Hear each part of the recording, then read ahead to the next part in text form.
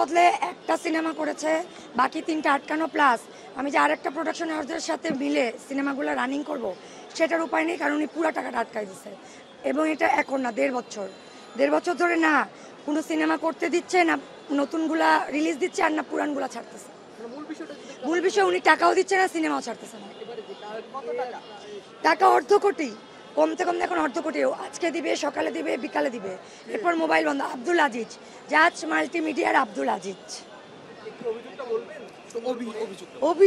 অভিযোগ হচ্ছে পাপ সিনেমা রিলিজের পরে উনার আরও 3টা সিনেমা আমার সাথে সাইন আছে এবং টাকাটা আমিই দিয়েছি, প্রডিউসারও আমি। জাজ মাল্টিমিডিয়া নিজস্ব কোনো টাকা নেই, ও টাকাগুলো আমার কাছ থেকেই নেওয়া। ও আমার টাকা দিয়ে অন্যান্য সিনেমাগুলো করছে, আমার সিনেমাগুলোর কাজেও হাত দিচ্ছে না এবং টাকাও ফেরত দিচ্ছে না। এখন পাপ 2 এর কোনো খবর নাই, পাপ 1 এর টাকা ফেরত দিচ্ছে না। আজকে নিয়ে প্রায় 1-1.5 বছর ধরে উনি এগুলাই করছে এবং আজকেও আসেনি, কোনোদিনই আসছে না। উকিল সাহেব, আব্দুল আজিজের নামে ওয়ারেন্ট ইস্যু করলাম, উনি ওয়ারেন্টও উপেক্ষা করলো। আজকে তো নথিও লুকায় ফেলছে, নথি টথি সবকিছু। না মানে নথি কোথায় ছিল আমি বলি। বলেন, উকিলকে বলেন, আমি বুঝি না আমি ডক্টর জাকিয়া কামাল নায়িকা জাকিয়া কামাল মুনের লয়ার। মূল বিষয়টা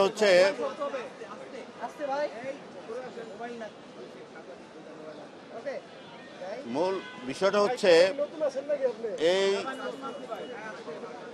আজকের যে মামলাটা জাজ মাল্টিমিডিয়ার কর্ণধার জনাব আব্দুল আজিজ সাহেব এবং নায়িকা জাকিয়া কামাল মুনের মধ্যে একটা চুক্তি সম্পাদিত হয় পাপ পূর্ণদৈর্ঘ্য ছবি নির্মাণের জন্য।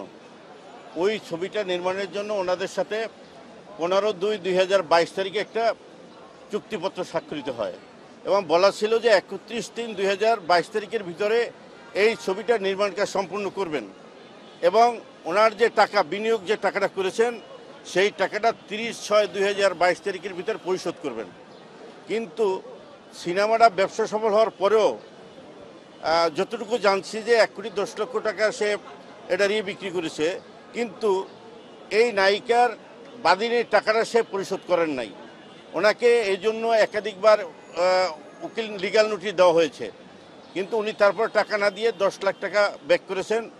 পরবর্তীতে এটা দীর্ঘদিন ঘোরাবার পরে ওনার বিরুদ্ধে বিজ্ঞ সিএমএম মহোদয়ের আদালতে একটা চেয়ার মামলা হয়। সেই মামলাটার নাম্বার হচ্ছে 280/24, ধারা 420-406। এই মামলাটা উনি যখন পিবিআই তদন্ত হয়, পিবিআই তদন্ত প্রাথমিকভাবে তার প্রমাণিত হয়।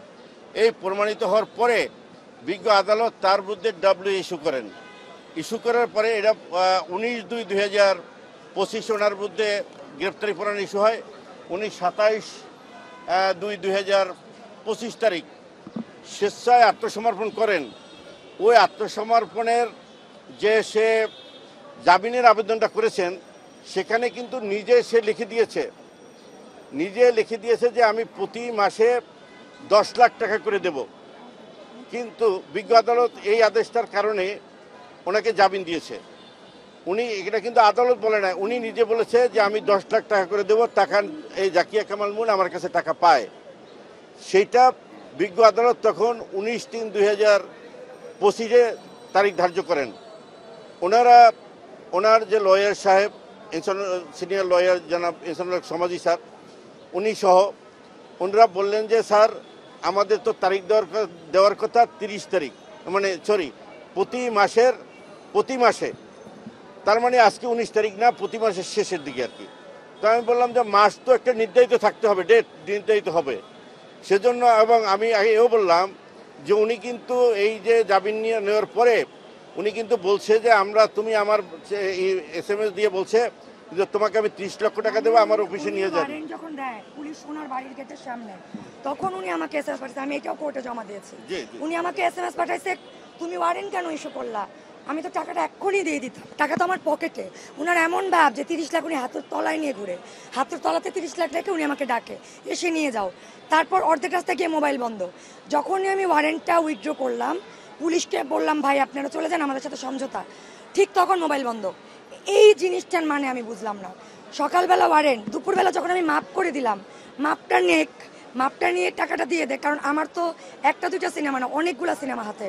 আমি যদি বারবার কোর্টে এসে সময় নষ্ট করি তাহলে অন্যান্য সিনেমাগুলো তো হ্যাম্পার হচ্ছে। হয় উনি টাকা দিবে, নাহলে উনি জেল খাটবে। সকাল বিকাল আমার সময়টা নষ্ট করে কেন?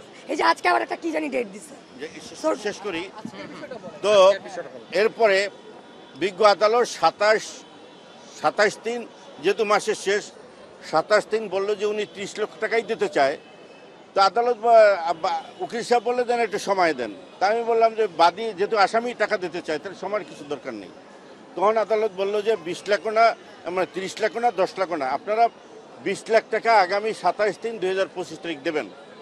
ওনারা করলেন কি, ওনারা নিজেরা কিন্তু এডমিট করলেন যে হ্যাঁ আমরা টাকা দেবো, বিজ্ঞ আদালত যে নির্দেশ দিয়েছেন, আদেশ দিয়েছেন, এটা আমি মানি। এই কথাটা বলে উনি আজকের যে মামলাটার তারিখ, উনি এটার মধ্যে এই অর্ডারের এগেনস্টে বললেন এটা যার সব তর্কিত আদেশ দিয়েছে, এই আদেশটা সঠিকভাবে হয় নাই 20 লক্ষ টাকা দিয়ে, কিন্তু ওনাদের কথা মতোই আদেশটা হয়েছে। তারপরে আজকের রিভিশন এলসিআর কল করেছেন, শুনানির জন্য ডেট ধার্য হবে আজকের। যেহেতু এলসিআর কল করেছে, আমি যেহেতু এটাই নিয়ম, আদালতের নিয়ম যে এলসিআর কল করলে একটা ডেট ফিক্সড হবে। হাইকোর্ট আদালত এই বিজ্ঞ মহানগর দায়রা জজ রাখবেন এবং অথবা অন্য একটা করে বদলি করে দেবেন। তো আজকে আমি সেটারই একটা ধারাবাহিকতা আমি নিজে সফলিত হয়ে তার কাছে শুনানি করলাম, স্যারের কাছে স্যারের কাছে রাখার জন্য। আমি একটা কোশ্চেন একটু শেষ করি। আমি আপনাকে জিজ্ঞেস করতে চাই, এত ডেট কেন? পরবর্তী যে এটা ডেটের কিছু নেই, এটা স্যার আমার কথায় সন্তুষ্ট হয়ে আমি বলছি একটু শর্ট ডেট দেওয়ার জন্য, যেহেতু এই মামলা কোনো কনজারভেশন নাই, এই মামলার চলার কোনো কারণ নাই, আমি 2-1 মিনিট শুনানি করলে ডিভিশনকারীকে মানে করা হোক।